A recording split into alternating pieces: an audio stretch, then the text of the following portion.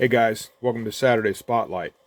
Take a little detour this week on the Spotlight from what I normally do, which is show some of my past builds. But as you notice by the thumbnail, we're taking a look at a die cast this week. Uh, and although this was not a plastic kit that I built myself, it is nonetheless a model of of a real car. So figured it fit the bill for the Spotlight just the same. Uh, so what we're looking at today is a 1/18th scale 1948 Tucker Torpedo. Very interesting car, guys, and I've loved this car uh, design for a long, long time. I first came onto this car, probably in my teens, I would say. First noticed this car. I'd seen pictures of it and things. And actually, they had a movie about this. I believe it was 1990, 89 or 90, starring Jeff Bridges. Played Preston Tucker, who was a guy who come up with this car. He was an entrepreneur, inventor of all kinds of different things. And this was probably his most famous or infamous car, maybe, that he built, because of the fact there were only, I believe, 52 of these cars, real cars, ever produced.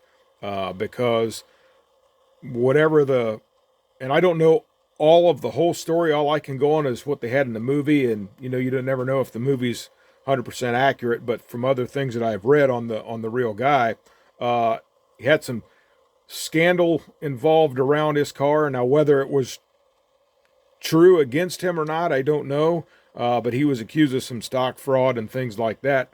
But as we go to look at the car today, we're probably going to find that he just had the upper hand on the other car makers.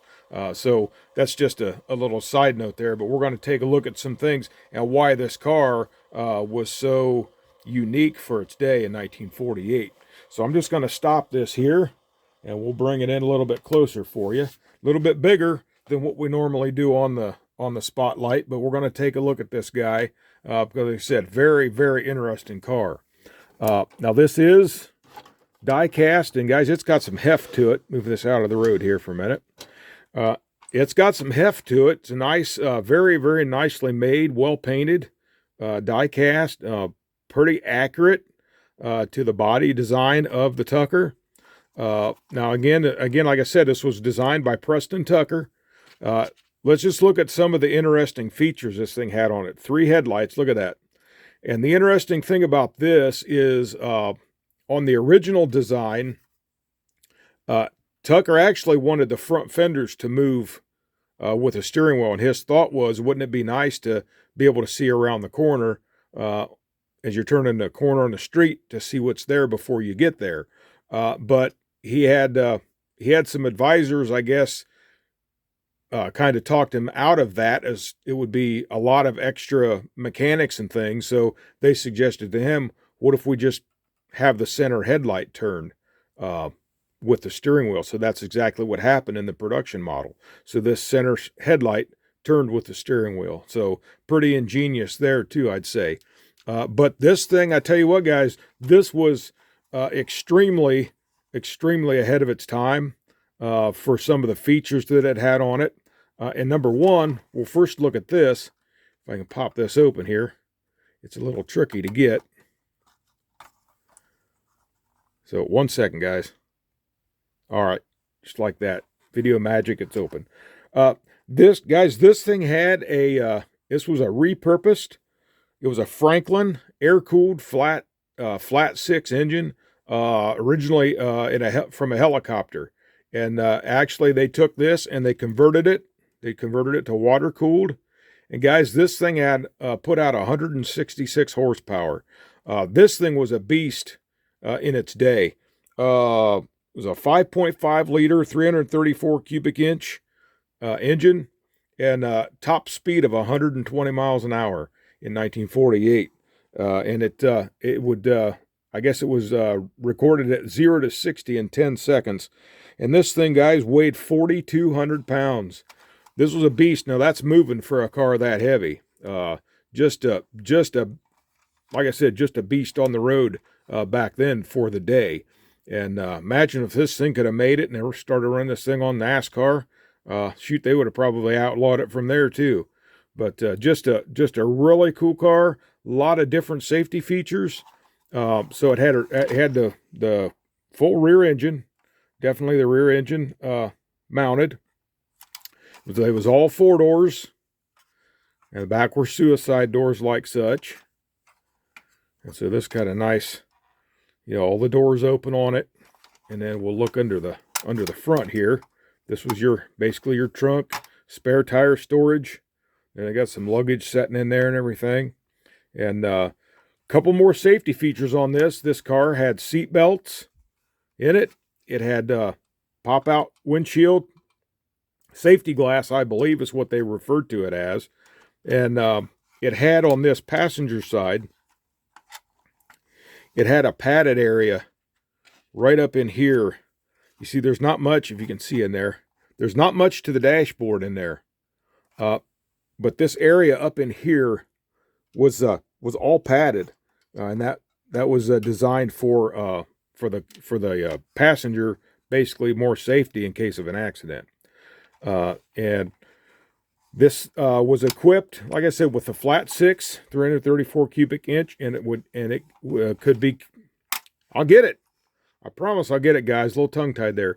Anyway, you could get it with a 4-speed manual transmission or a Tucker-matic, 3-speed Tucker-matic, which is the automatic transmission with this.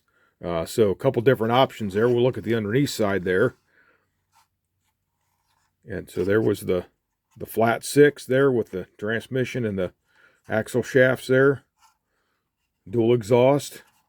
So quite a hot car back in the day. And guys, this is by, and I had the name a little bit ago, Road Legends put this out. Now I've had this for quite a long time. I don't remember when I got it, but I've had it for quite some time. And the thing that I always want, something else before I go on anything else. Interesting note on this, the steering wheel.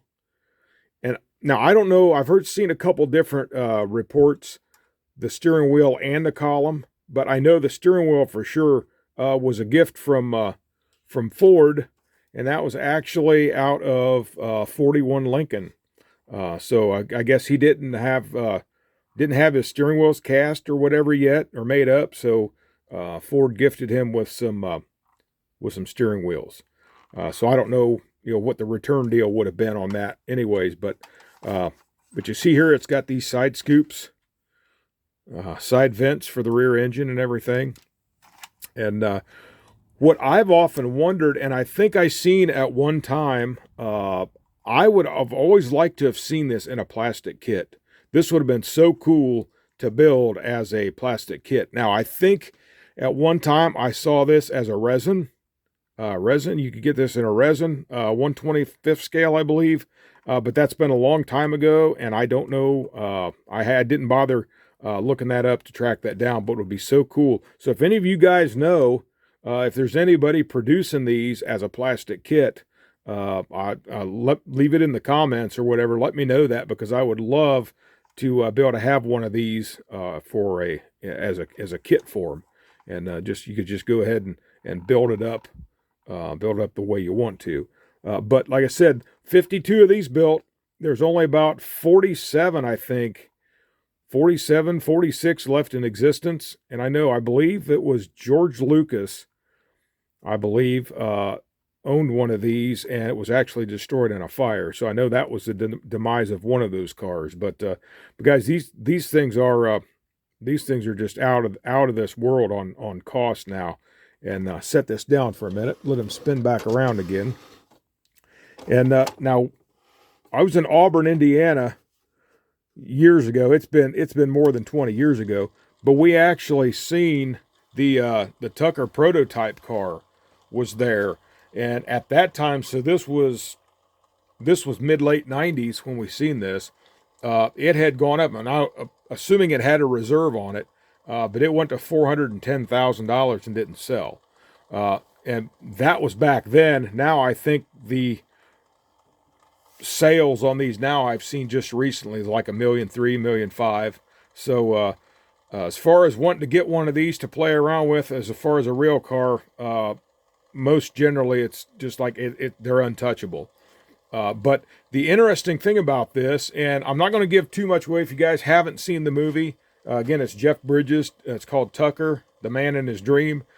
Get that movie if you can. Check it out. It's a very interesting story that's surrounding this car and its production, and it's actually its inception, production, and then ultimate demise. But check that out. But there's a scene in there where they're doing an endurance test on this, just running around a track, for like 24 hours or whatever. And there's a scene in there where the car rolls over, and it looked just like this basically. And I said, now I know better than that they actually took and rolled an actual Tucker. Well, what I found out was, and if you look at the front end of this, look at the front end of that close, they actually used a Studebaker and doctored it up with his body panels on it. Now, I don't know if all the dimensions were the same or they did it just in a quick shot for the movie.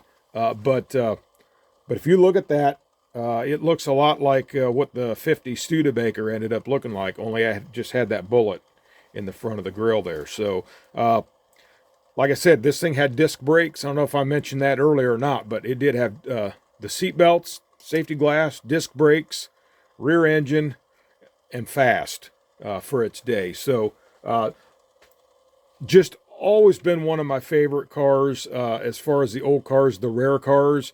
And I love this color on that Tucker.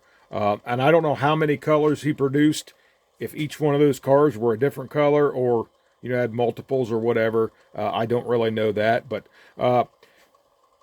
so this kind of was considered one of his failures, only I think he was put out by the big three because they were faced with stiff competition in the fact that they'd have to retool to keep up with him, because I think these safety features would have caught on really fast in those days. But outside of all that, one of his most successful inventions was the Tucker turret that was used in I believe in warplanes, tanks, things like that during the war. So he had some inventions, and he actually had a military vehicle they called the Tucker Tiger, and it was a military vehicle, and the military rejected it because they said it was just too fast. I guess the thing had a top speed of 100 miles an hour, and across the battlefield would have hit like 65.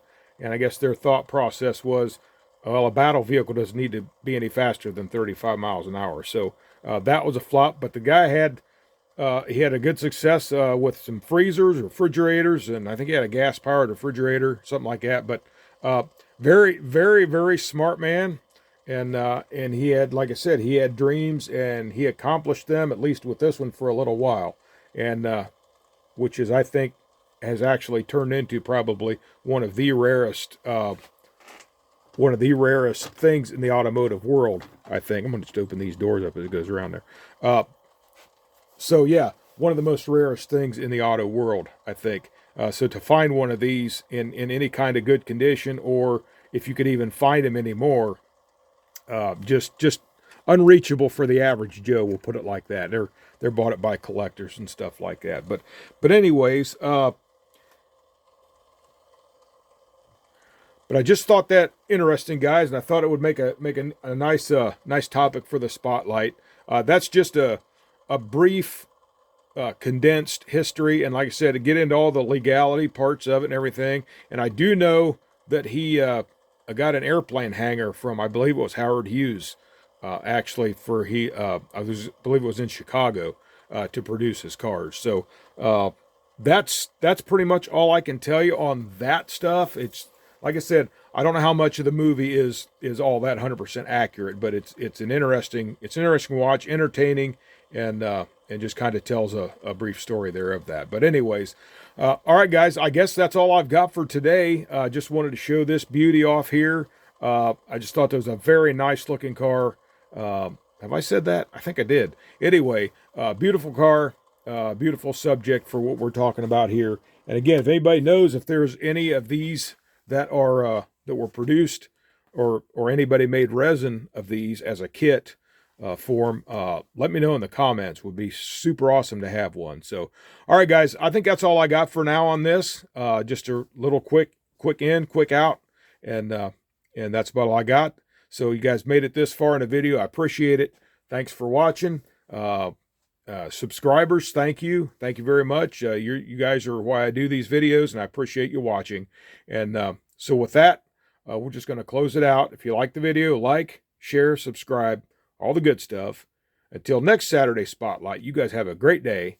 God bless you, and happy modeling.